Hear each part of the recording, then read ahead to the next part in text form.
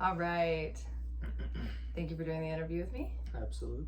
Question 1 is, overall, would you say technology has had a mostly positive effect on our society or a mostly negative effect on our society? I would say mostly negative Oh, why? because I think it's definitely driven people apart, and it's like allowed for globalization, but I think that in globalization we kind of lost community in a lot of ways. I think it's really like kind of taken away from the core, like the good of humanity. What do you think took away from the sense of community the most? Like I feel like when you can like see, like everybody's like showing off and like trying to like show off what they can do and what they're doing, they're not as focused on like what they're doing. They're focused on like what other people are going to think about what they're doing, and that layer of like separation I think is bad. And also like In terms of like social media? yeah, on social media, and also like people looking at that stuff, they're like thinking like, oh my gosh, I wish I was doing that, but they're not like actually like doing that or like doing anything that'll make that happen. I think that's really bad. Right. Okay. Artificial intelligence computer programs are designed to learn tasks that humans typically do. For instance, recognizing speech or pictures. Overall, how would you say the increased use of artificial intelligence programs in daily life makes you feel?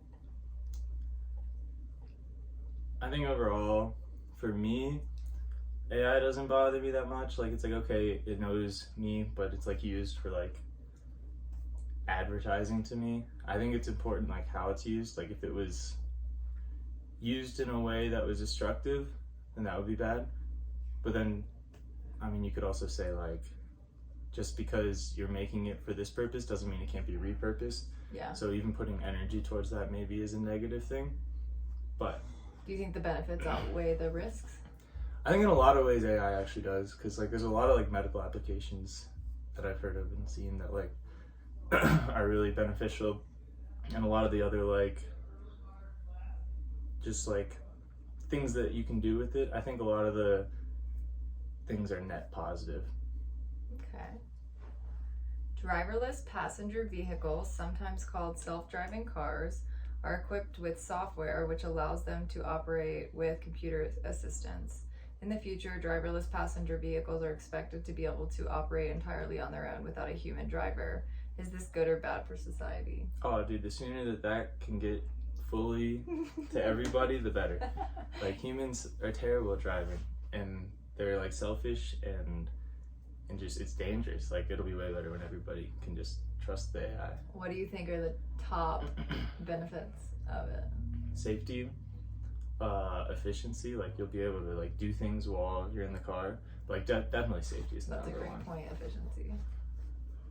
What about so do you think the safety that it'll bring will outweigh like the risks associated with the safety of self-driving cars? I think overall, like we are on the edge of self-driving cars.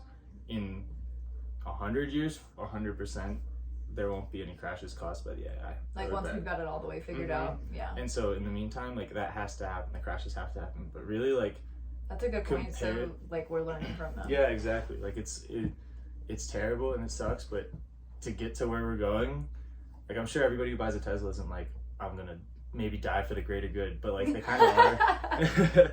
And so, I love that but like point.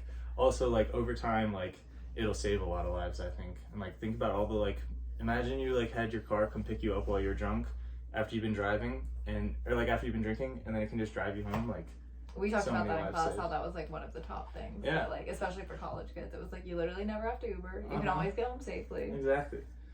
I like your perspective on that.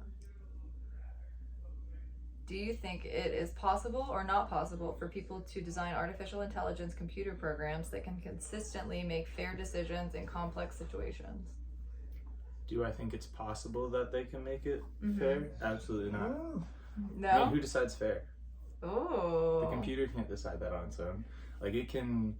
That's true, and even if it does what's fair, it's not going to be fair. Fair is so subjective that it's not going Yeah. to be fair to everybody. Like computers are only made on like heuristics and like rules that decide things. Like at the end of the day, it's just like X or Y. Like, well, is it true or is it not true? Like 1 or 0. So it's like you can't really know. Yeah. Okay. What does thinking about an artificial mind tell you about your current understanding of how the human mind works? Nothing. Like, I mean, it's just some math. Like, what does like a line tell you? It's like it takes in inputs and it like analyzes them using equations. Mm-hmm.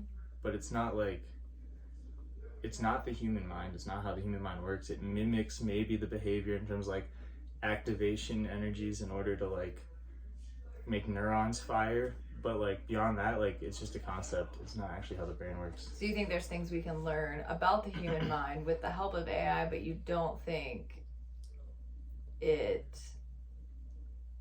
don't think how we have implemented AI speaks to how the human brain works. right? But Like you don't think they work similarly? No. Well, conceptually. Not identically. No, yeah, not at all. I mean, one's biological and one's electronic. I mean, they're both electronic. But And like, even as technology evolves, you don't think it'll be I think equivalent with human technology?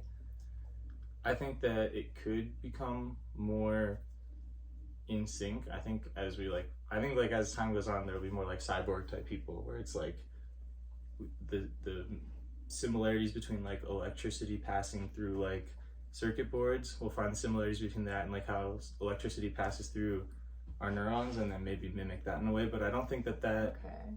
is the same as what we're doing right now. Like what we're doing right now is taking a concept of a neural network and like using that analogy to understand the math, Mm-hmm. like describe the math, but it's not actually flesh. You know, there's no brain. Yeah. Okay. Cool. Thank you for interviewing with Yeah, me. of course.